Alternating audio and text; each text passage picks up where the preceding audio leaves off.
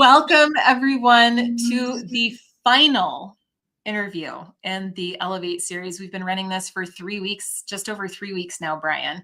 And Bryan was actually one of the first people that I reached out to about the Elevate series for a very good reason, which is going to be obvious for you throughout the rest of our conversation. And it was perfect that based on schedules and everything else that he would be our final interview, because what Bryan stands for is what I stand for. And I think it's really going to reflect to you what we encourage you to do moving forward in this time of total disruption and change. So Bryan, thanks for being here. I'm so excited to see you. I already told you before we got on, like I saw the email come in. I'm like, reply, yes, absolutely. How do we do that? Yeah. So thank you. I really appreciate it. Well, and just before we went live, I was saying we've known each other a lot of years. I mean, we've been able to sort of watch each other grow up in this industry. And I mean, you took the path of keynote speaker, very well networked, very well respected, 3-time best-selling author, if memory serves. And just two, but thank you. Two. I think that I was intuiting a third. Maybe it's time for your next book, Bryan. It's happening. I'm working on it right now. Yes. What's it going to be about? Well, it's going to be an extension of my first book of Human to Human. Human to Human. It's perfect timing for that. The perfect timing. Okay, so I'm going to put you on the hot seat a little bit. Is that okay? Yeah, it feels pretty cool. So I can't wait. Yeah. Well, I want to get your perspective on what's happening in the world right now. Back when I first got this calling, this instinct to go live with the Elevate series, I was really talking to a lot of people. And, this Uber driver is just burned in my memory, where he was talking about how I asked him, hey, have you noticed anything? Like, what's going on in your world? And he said, people have just changed. Like, they're so entitled. They're mean. They don't treat me like a human being anymore. And it's hurting his heart. And I was like, whoa. And then I was standing in line at a breakfast joint, and this 85-year-old woman turns around, and I was, hi, oh, it's so beautiful out. And I think it took her back that I tried to start up a conversation with her. And it turns out that she was saying that, in her experience in her business, people just don't have soft skills anymore. They're just not engaging. And she was really hurt by it. And so anyway, that's the human side of it, which I know you and I have bucketfuls to say about that. But then there's also, of course, what's still happening with tariffs and wars and AI. We can't go anywhere without seeing it. So just in your circles, through your unique vantage point, because you're so plugged in, what are you seeing that's happening right now? Something similar. It's not that far off. It depends on who we're talking about. When I mean who, I mean what level of career, what stage in career, also what level of executive, are we speaking entrepreneurially or even executive at a large company? And they're all facing something similar in terms of what you're talking about, which is, I think, from what I've heard and seen, which is the ability to connect is getting harder.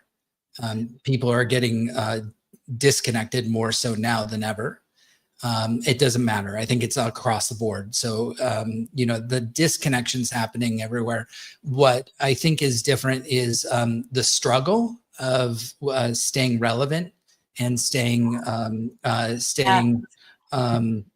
above board, creating connection with our whether it's our audience or our customer or our peers, and I think the biggest challenge of all of it, no matter what, is creating the right offer, because we don't know we're not keeping up with what people need anymore. What is it that what they're looking for today is so fickle compared to what they were looking for even 6 months ago. It's completely changed. And so we have to be faster. We have to be more agile. Well, crap, those are great. what do I do with that? So these are big challenges that, everyone's facing. And yet we also want to live a healthier life and be in this, beautiful place that we all live. So it's a big challenge. Oh my gosh, you said so many things there. I know the faster thing. I just have to make a quick note about that. I mean, I've seen an increase in people in my email. I get tons of emails all the time. I love them. I respond to all of them. And people are just saying the pace is so fast. I can't keep up with this. And it's only accelerating. And I was talking to this woman saying, I remembered the same feeling when COVID first hit, where for 2 weeks it was so still, like it felt like time was like molasses, like it just took forever to get through a single day. And then after like that second week going into third week, it was like boom. I mean, it was just so fast you couldn't even catch your breath anywhere at all ever for a while. I mean, that lasted, at least in my experience, it lasted the better part of 2 years almost, of that insane speed. Now, maybe that's just because I'm like, Energizer Bunny anyway, but I do know that people are experiencing that acceleration and they don't know what to do about it. Is there anything that you feel to comment on that before I move on to what I also really want to talk about, what after what you just shared? Well, first of all, they should just hire you, and then they'll be fine. They'll be better off because you heard it here first, folks. Because you can't behind it. You can't scale alone. So that's true. Like that's just So I think that finding your network of support and help is like critical. You can't do it alone. So I was joking, but I'm not. I've heard a lot of people say, well, our AI can do that for us.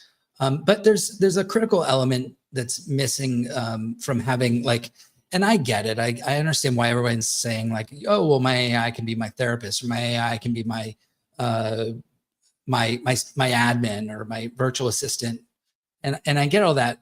And it's not, it's missing the nuance of the feeling and the emotion that is in that one word that I put into the sentence that tells people it's me. It's missing that one little thing that says, that little riff that you and I had when we got on, and we just have that kind of, oh, you look great. How are you reversing an age? And I'm like, oh, the touch button. And, so we don't have that in AI, there's not that little, and we can have that in other things. So that's one, but to answer your real question, I think it's making not burdening ourselves with too much. The world is not going to end tomorrow. The AI is not taking over tomorrow. We are going to be fine. Everything in the world is cyclical. We know from history that everything is like this. And if we know that, I mean, heck, bell bottoms are back. I don't know if you knew that, but so everything is cyclical. Everything comes back. And so everything that we do now is going to affect it still in 6 to 12 months from now. So let's just all take a step back and just look at, okay, what is the thing I can do today that's going to make a difference? And basically that's a 1 degree shift, right? A little small shift that can make a big difference. So if you look at an aircraft carrier ship, they still have those old globe compasses, with the spinners inside of it. And an engineer comes on and they recalibrate those twice a year because they're off. They're off because the magnet gets influenced by the control panel. They have it still because if everything goes out, then we have to fall back on the compass. Ironic, right? To today, we still need humans because we need to fall back to what we do. And at the same time, it's off by 1 degree because of the influence of technology. So what do we need? It's the pull and the push of technology versus humanity. And we know that if it's off by 1 degrees, well, at a certain nautical speed, and I've confirmed this with an engineer and a Navy captain, a certain nautical speed, that's 277 miles on an aircraft carrier that it can be off, which is a lot. right? But Wow. let's reverse that Wow. the other direction and say if we just make 1 degree differences and don't focus on the other, degrees, then we're going to make big differences. So stop trying to make big moves and make these little small shifts, right? Wow. I love that that's powerful. You could take that in a lot of different ways. And one way I want to take it too is, what degree is AI off? And when you were just mentioning like you need to develop your network of help and honestly, I was looking at a Harvard Business Review just late last week that was showing the difference between how people are using AI in 2024 versus this year, and how last year it was more about generating ideas and this year it's therapy. The Yeah. number one way people are using AI is for therapy, and that concerns me a little bit, Brian. I'm going to be honest with you because this is just pulling data. Do you know AI yesterday called me honey? I mean, seriously. I mean, seriously, no, we don't want to call me honey in a response. So I do want to use this platform to say, use it to ask questions, use it for self-discovery, and then use this to be ultimately discerning so that you are not getting lost and just accepting everything as truth, Yeah. because this is new technology and we don't know the ramifications of it just yet, of how it's going to adjust our brains and our relationships and our businesses and our world at large. So I just hope people are being careful with that. Um, and I do want to highlight when you said network of help, because we have had a few speakers talking about how network is going to be absolutely everything moving forward. And I don't disagree. I think they meant it more through the context of like build community, build strategic partnerships, and those types of things, which I totally agree on. And what I heard is that build your network of people that are going to be here to help you. So I'm thinking, who's going to be your mentor? Who's going to be your friend? We had Dr. Ryan Williamson on, who's my neurologist and one of the most important people on my network of people that are helping me so that my brain is protected and optimized during this time. So just want to shine a light on, you know, who are you surrounding yourself with that can help you stay grounded and optimized? I think that's going to be really important moving forward. Amen. Amen. Gosh, This is so much you're exactly saying. why I moved to Portugal, because I really needed a calmer environment for my body. I see you all the time, like up in the mountains, which is like, or not all the time, but sorry, I'm stalking. But like we have to go to these places that has resonance for ourselves, so that we can feel the calm, and then from there we can answer. But when we answer from busy, it's just not good for any of us. It's literally out of necessity, Brian. And what I'm struggling with presently, which is an interesting challenge, is I had a concussion about 4 months ago. And there is something about the high altitude at the cabin that is really, my body is not responding well right now to that altitude. And so I keep going up. I have a cabin that's like an hour and 15 minutes away from here. And I swear it's like my literal heaven on earth.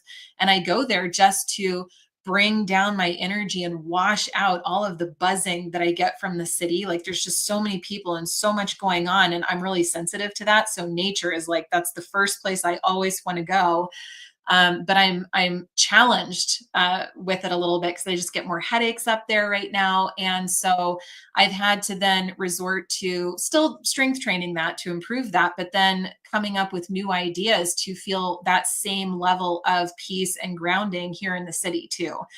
And I bring that up only because I know there are people that just don't, for whatever reason, they don't have the option to move to Portugal or to get away to the Rocky Mountains. And I still think it's the number one thing that you should prioritize, of how maybe it's taking a bath at night and just letting it wash away, or visualization, or getting a mentor or something else. But I do think that prioritizing health is probably the most important thing, and then relationships second most important. But what would you say, Brian? What do you think are the priorities? Well, I don't disagree. I think that's right. Health is is incredible. You know, and I agree with you. Like, we don't have to go somewhere else to get what we need. I've been pouring myself into meditation for a long time, but this last summer I really went all in, and I did a 10-day silent meditation retreat called Vipassana. Wow. And it was no reading, no writing, no talking, no eye contact. So you were literally a monk for 10 days. And I wanted to do that as my kind of one of my bucket lists, because I wanted to see if I could just be nowhere and be everywhere. Like, if I could just like really just understand my own sense of self, so that I could just be present here, and at the same time, could I do that when I get back to wherever I'm going, and just carry that with me, so that I don't have to go anywhere else. I can just be here. And What happened? it was well, like, long story. I wanted to quit. Like, it took me 3 days to really like not. I packed my bags on the third day, to be honest. So I walked to the office. I was ready to tell the head meditator, the whatever, and I was like, I'm out, and I'm rehearsing this whole thing, and I'm telling her in my mind, like, this is not going to happen. And I made a wrong, but I'm in Macedonia, locked away in the, like, some lake. It was beautiful.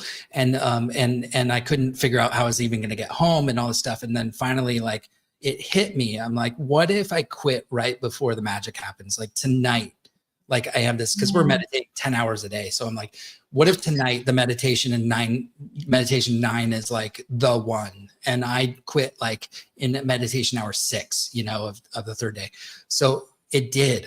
Once I let go of that, and I turned around and I said, you know what, I need to just lean in. I'm going to do it. I'm in. And I unpacked my bag, and I let go. I just surrendered to the whole thing. Oh my gosh. And that act of surrender was the thing. That was the thing.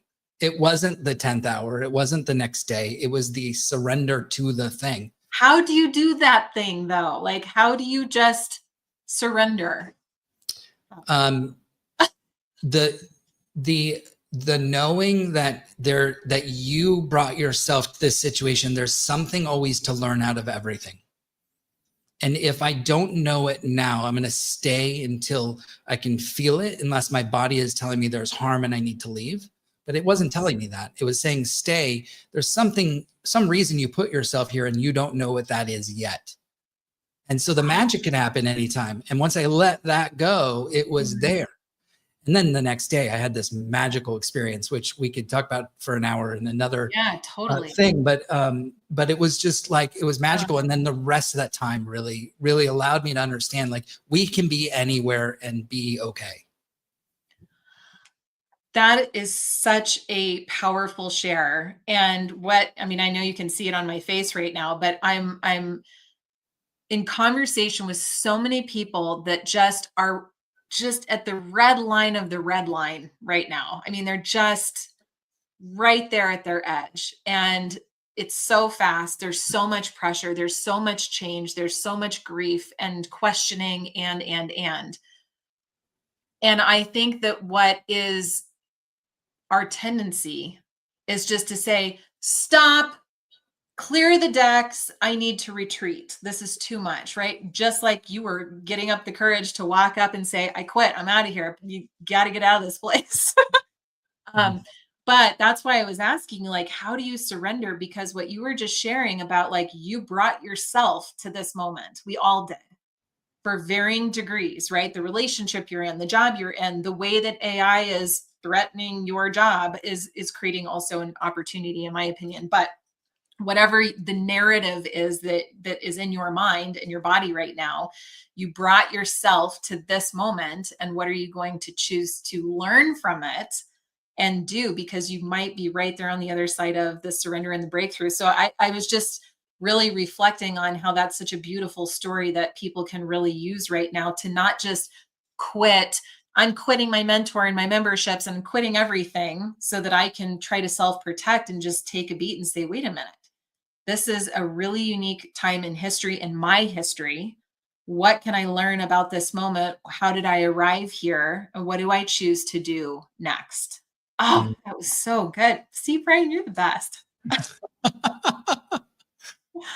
Oh, wow. Thank you. So Thank you. talk to me about B2B versus human connection. Like dig into your life's work here for a moment and preach if you want to, but like talk to me about why human connection is the thing that we should be focused on the most right now. Yeah. I mean, okay. So, wow. That's my favorite topic. Me too. So yeah, I think one of the things that always comes up for me in that is that it's the thing that we keep trying to not do. How can I automate this? How can I? Hmm. And listen, I'm not trying to say that we shouldn't operation.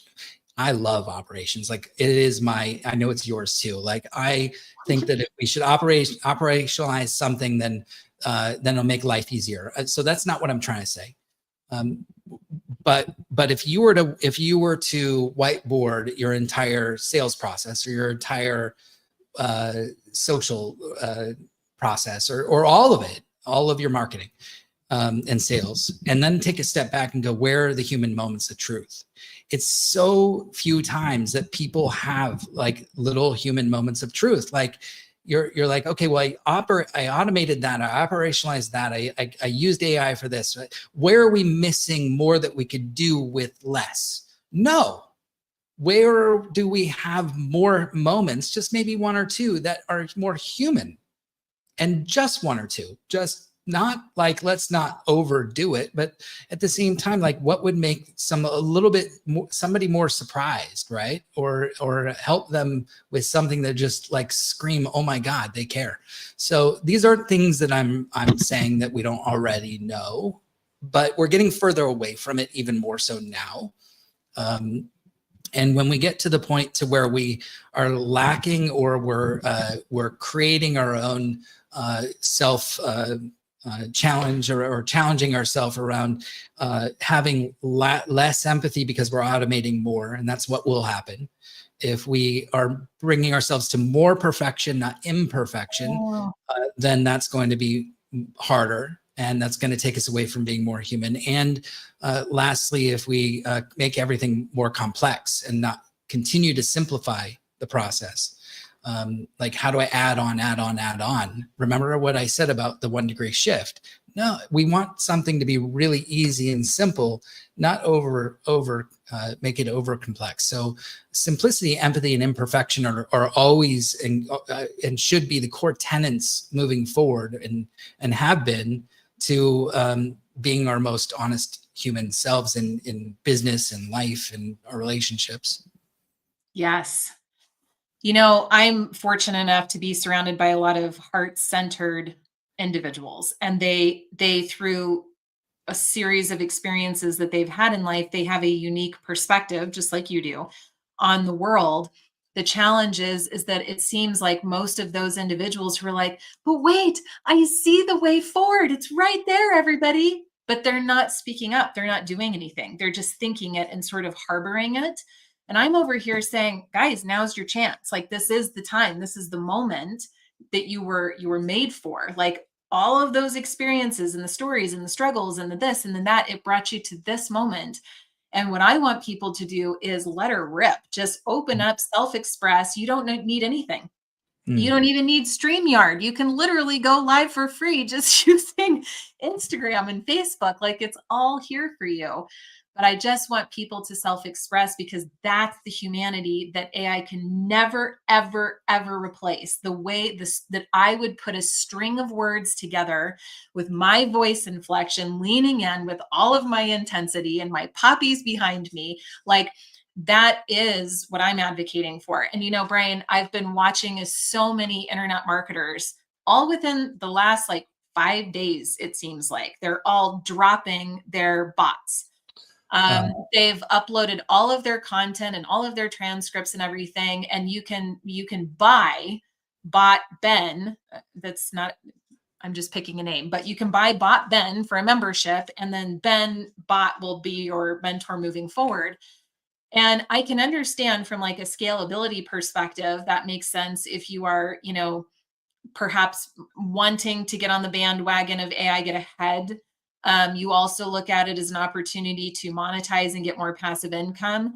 But I'm over here like, wow, where are we headed with all this? My thought is I am not going to do that. But I think that the answer, and I think you'll agree with this, is how do we combine our human intelligence with artificial intelligence and our emotional intelligence, I think, is the missing and most important piece to blending all of these three together.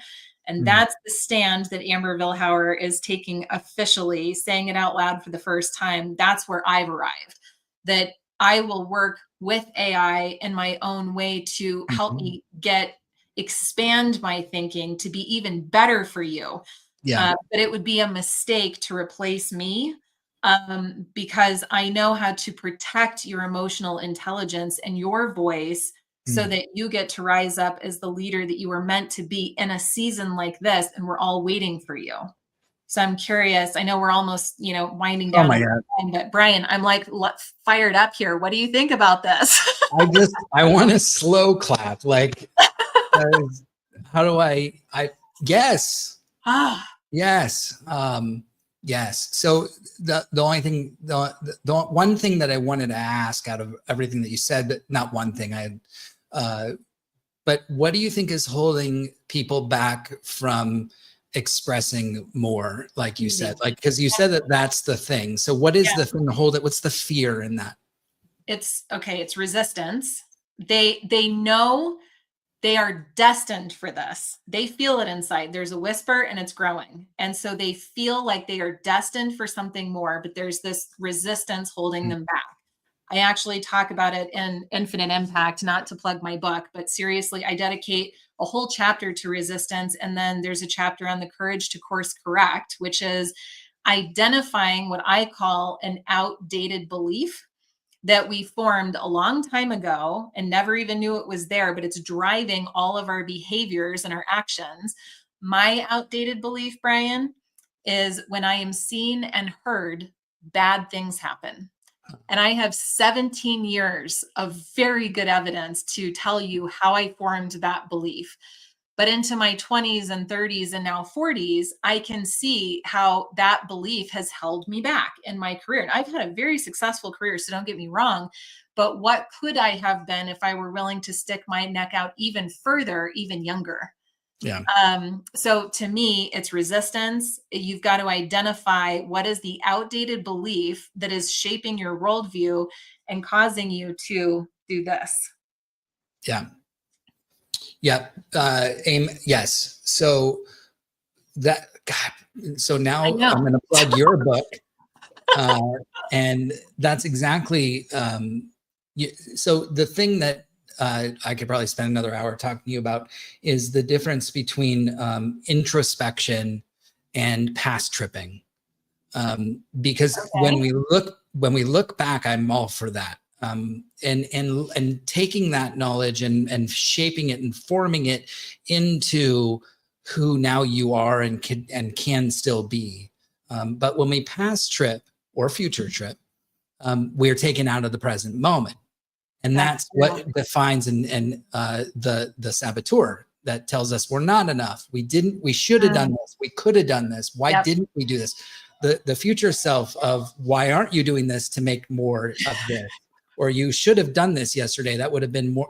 And so that's what we're always playing with, right? That little loop in our head. So if you could take both of those elements and combine them together into a healthy way of being, that would be that'd be. See, we need to write another book. We should co-author a book. Yeah. That would be interesting. You heard Yeah. it here first, folks. Well, Yeah. Bryan and I have really respected and valued each other over the years, and that only grows with time. So I don't think this is the last moment that you're going to see of the Bryan and Amber show.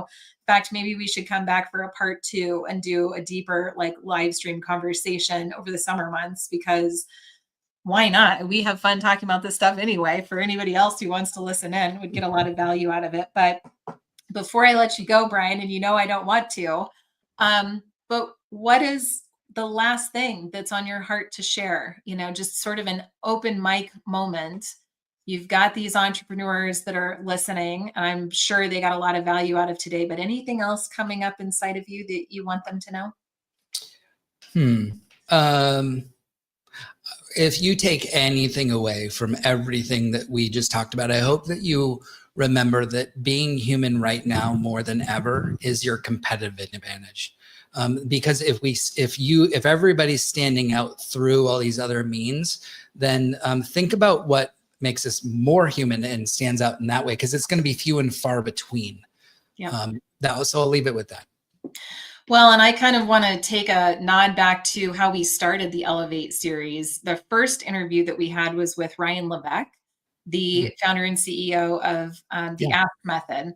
And I mean, everybody loved Ryan's interview. It was really, really, really well done. And one of the things he says is, I like to be contrarian. If everybody's going this way, I go that way.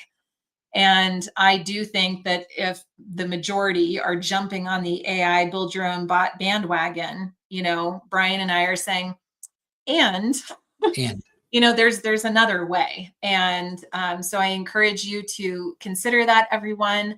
Please reach out to Bryan and let him know what you felt about his interview, the pieces that stuck out to you, any questions that you might want to ask him or engage him as a keynote speaker. Highly recommend that. We are going live one last time today at 12:45 Mountain Time.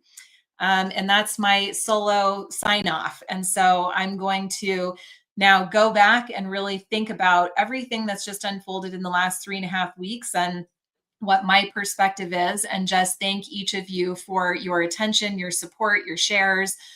This has really helped a lot of people, and that is so meaningful to me. And so I'll share more with you at that time. And Bryan, just thanks for giving of yourself in the way that you do. I have so much respect for you. Right back at you. Thank you, my friend.